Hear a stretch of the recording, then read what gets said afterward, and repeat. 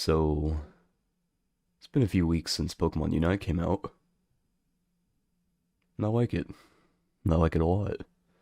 But it's got some problems, as every game seems to have nowadays. So we're going to talk about those problems and the good things that the game does. After all, this is a critique video, not a "Grr, I hate video games bad" video. Cue the intro. Do we have one of those? So, first things first. The pay to win aspects. Yeah, we all know about this stuff by now. You're probably tired of hearing about it. But I don't really think it's pay to win. Pay for a boost or something like that, sure. But pay to win assumes that what you buy can only be bought through the game's store and can't be grinded for or bought outright with the game's earned currency. Not to mention, this boost is temporary. Everyone who plays the game for free will eventually have what you just spent money for.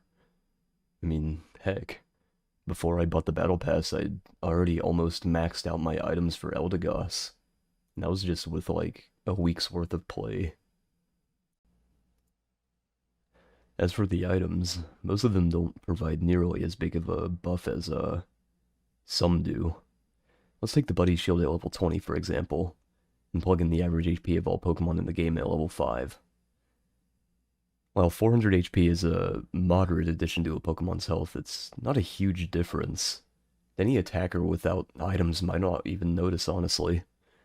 But like I said, not all items are like this. Items like the attack weight have the potential to really stack your stats if you know what you're doing. But, like I said, that's mostly dependent on you and how well you're doing as opposed to the enemy team. Honestly, these items seem like they mostly matter at the beginning of a match and quickly start to dwindle as the game comes to a close. This is probably because the leveling will push your stats much further than the actual items. By level 10, your stats are typically more than double what they were before. Obviously, this varies between stats and Pokemon, but you get the idea. Now, level 1, Gardevoir's special attack is just 50. But by the time it hits level 10, it's 477. If we were to compare that to the difference between item boosts to leveling boosts, it'd be like comparing the distance of the moon to Earth or the distance of the sun to the Earth. Okay, maybe that's an over-exaggeration, but you get the idea, right? So, items are essential for the beginning of a game. They help you ramp up for the late game grind and challenges. The beginning is very important, but whether that's a good thing or a bad thing, Unite isn't necessarily all about how well you do at the start. There are comeback mechanics, which we'll get into later. Now that we know the general importance of most items, being good at the start of a match but becoming near useless towards the end, where does that leave us? Well, that leaves us with the Pokemon. You know, the meat bags you throw into the stadium to play animal abuse while you collect that sweet, sweet Battle Pass XP. But sadly, while I was working on this video, they actually ended up releasing a new patch, making my absolute hatred for Gengar in this game almost obsolete.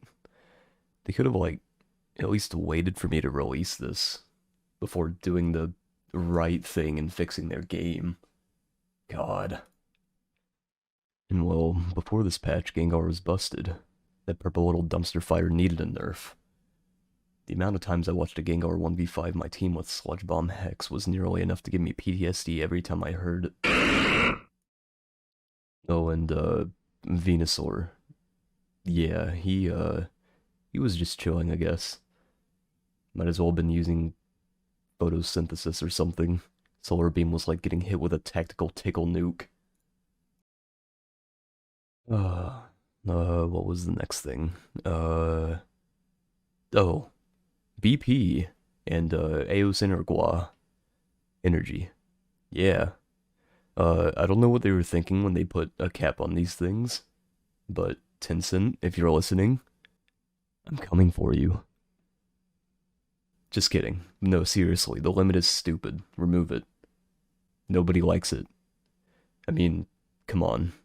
You guys literally lock some of these characters behind 10k coins, and I don't even think people are capable of hitting 10k coins unless they max out 2 weeks in a row.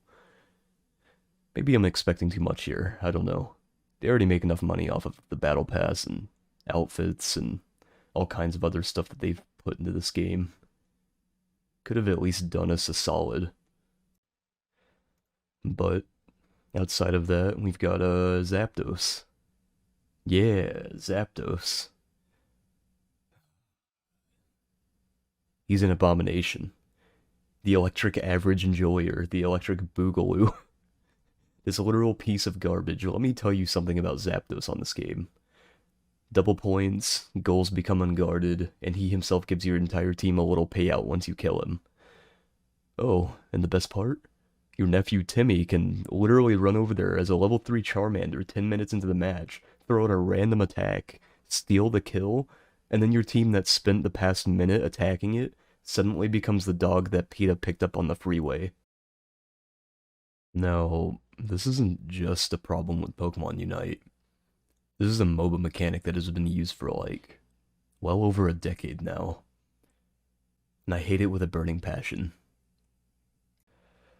In this game, Zapdos is typically the make it or break it play. If you can just grab Zapdos, the game is typically yours unless you were dumb enough to let the opposing team just waltz into your goals the whole game. So yeah, I think Zapdos needs a nerf or to be fixed. Like, I don't know, make it based on team damage rather than last hit. I don't get paid to do this stuff or think it through for you, Tencent. Come on. But that's enough of my possibly biased opinion of a mechanic that may or may not be stupid as hell. Which it is. But let's get into what I love about the game. So, since I started playing this game on release, it's been such a good time. Honestly, even if my team is full of multiple little 5-year-old Timmies, I'm usually enjoying myself. Which is saying something considering I'm an Eldegoss main and I'm useless if my lane is empty, aside from myself.